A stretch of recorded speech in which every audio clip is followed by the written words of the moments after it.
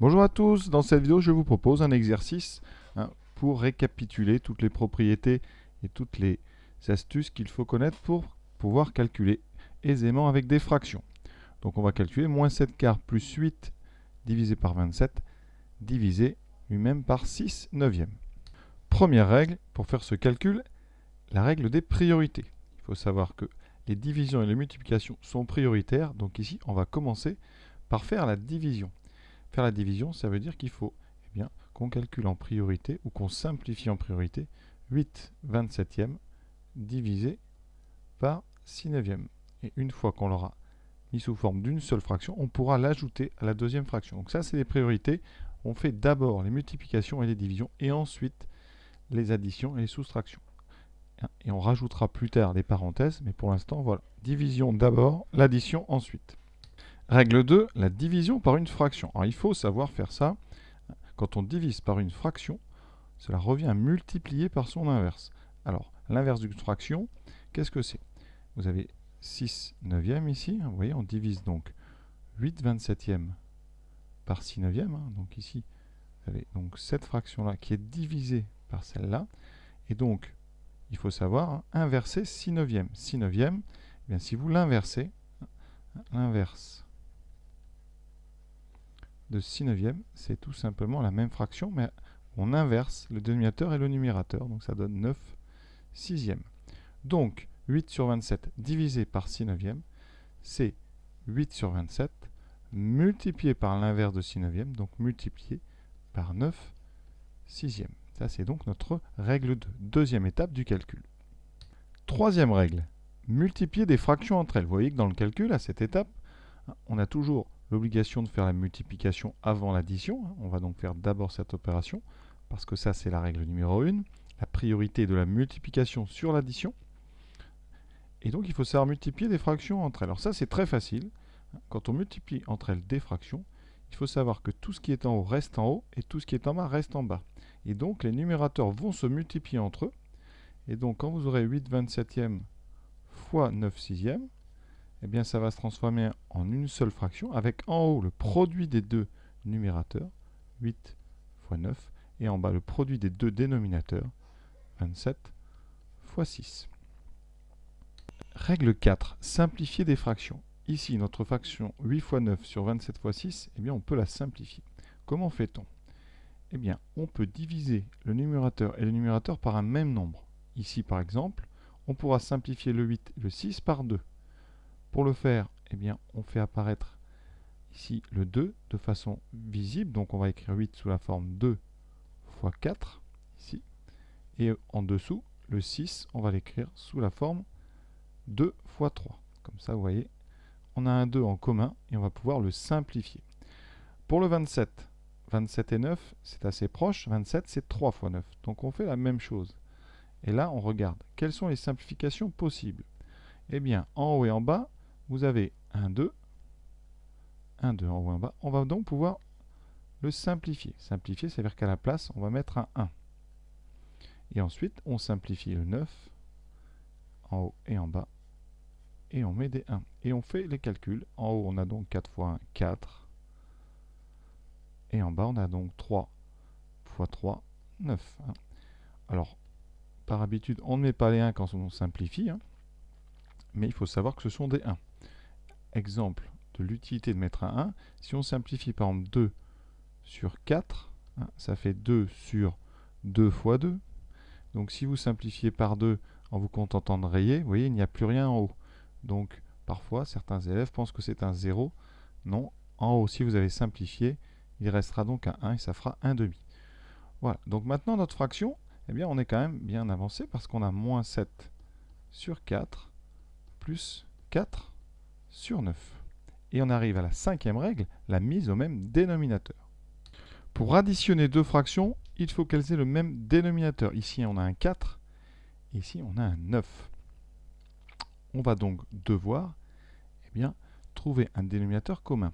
Comment fait-on? Eh bien, il faut évidemment savoir une chose très importante qu'on vient d'utiliser. Quand on a simplifié les fractions, on peut les compliquer. Ça veut dire que votre 4 sur 9, vous avez le droit de multiplier en haut et en bas par le même nombre. C'est-à-dire qu'au lieu de simplifier, on va la compliquer. Ici, 4 sur 9, on peut très bien dire que c'est 4 fois 2 sur 9 fois 2. Donc c'est 8 sur 18. Le problème ici, c'est que si on fait ça, on a un 18 en bas et un 4, et on ne peut toujours pas simplifier. Donc, eh bien, on va essayer de trouver des autres multiplications qui permettront, eh bien, en multipliant la première fraction et la deuxième, d'avoir dessous le même dénominateur. Donc, on arrive sur la notion de multiple commun. Il faut trouver un multiple commun entre 4 et 9. Alors, le multiple commun le plus connu entre 4 et 9, eh bien, c'est forcément 4 fois 9. Vous ne trouverez pas plus petit puisque 4 et 9 n'ont pas de diviseur commun. Donc ici, eh bien, on va tout simplement multiplier la première fraction par 9 en haut et en bas et la deuxième par 4 en haut et en bas. Ça donne ceci. Donc en haut et en bas de la première fraction, je vais faire fois 9. Et pour la deuxième, en haut et en bas, on va faire fois 4. Surtout, hein, vous devez absolument mettre le même nombre en haut et en bas par des multiplications dans chaque fraction. Vous pouvez multiplier par des nombres différents chacune des deux fractions, mais la règle, et la seule règle, c'est de multiplier le numérateur et le dénominateur d'une même fraction par un même nombre. Sinon, vous allez changer sa valeur, et donc le calcul sera faux. Ensuite, on fait les opérations. Le moins reste ici. 7 fois 9, 63 sur 4 fois 9, 36, plus 4 fois 4, 16, sur 9 fois 4, 36. Et là, la dernière règle, la règle 6, on peut additionner des fractions quand elles ont le même dénominateur, et l'addition est très simple. Et l'opération est simple. Quand on a moins 63 36e plus 16 36e, on obtiendra des 36e, et on en aura moins 63 plus 16. Donc là, on n'est plus dans le chapitre des fractions, on est dans le chapitre des nombres relatifs. Comment ajouter deux nombres? Ici, il y a un nombre négatif et un nombre positif. Attention, on ne va pas faire 63 plus 16. Et pour s'en convaincre, on peut écrire en haut sous la forme 16 moins 63. Et on voit bien que ça ne fait pas l'addition de 16 et de 63. Là, on fait donc eh bien, 63 moins 16 et on rajoutera un moins. Donc 63 moins 16, ça fait 47. Donc le résultat est négatif et c'est 47. Voilà donc 6 règles à appliquer pour arriver à la fin de cet exercice. Donc je vais le refaire maintenant du début à la fin en citant à chaque fois la règle. Et comme ça, on aura été jusqu'au bout. Première règle, priorité. On va s'occuper d'abord de la division. On a dit quand on divise par une fraction, cela revient à multiplier par son inverse. Donc on aura 8/27e multiplié par 9 sur 6.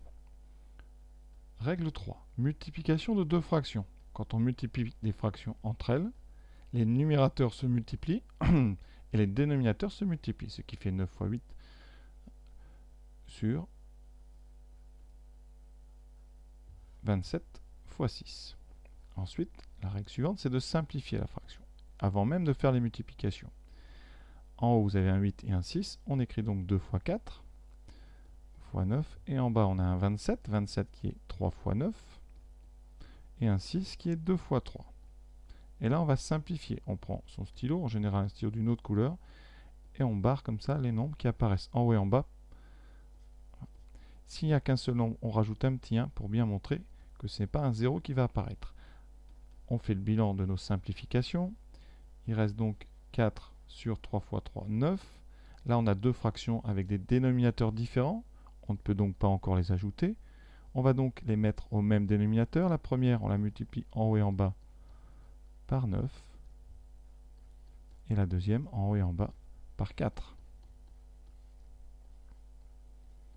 On fait le calcul de chacune des fractions. Moins 9 fois 7, 63 sur 36, plus 16 sur 36.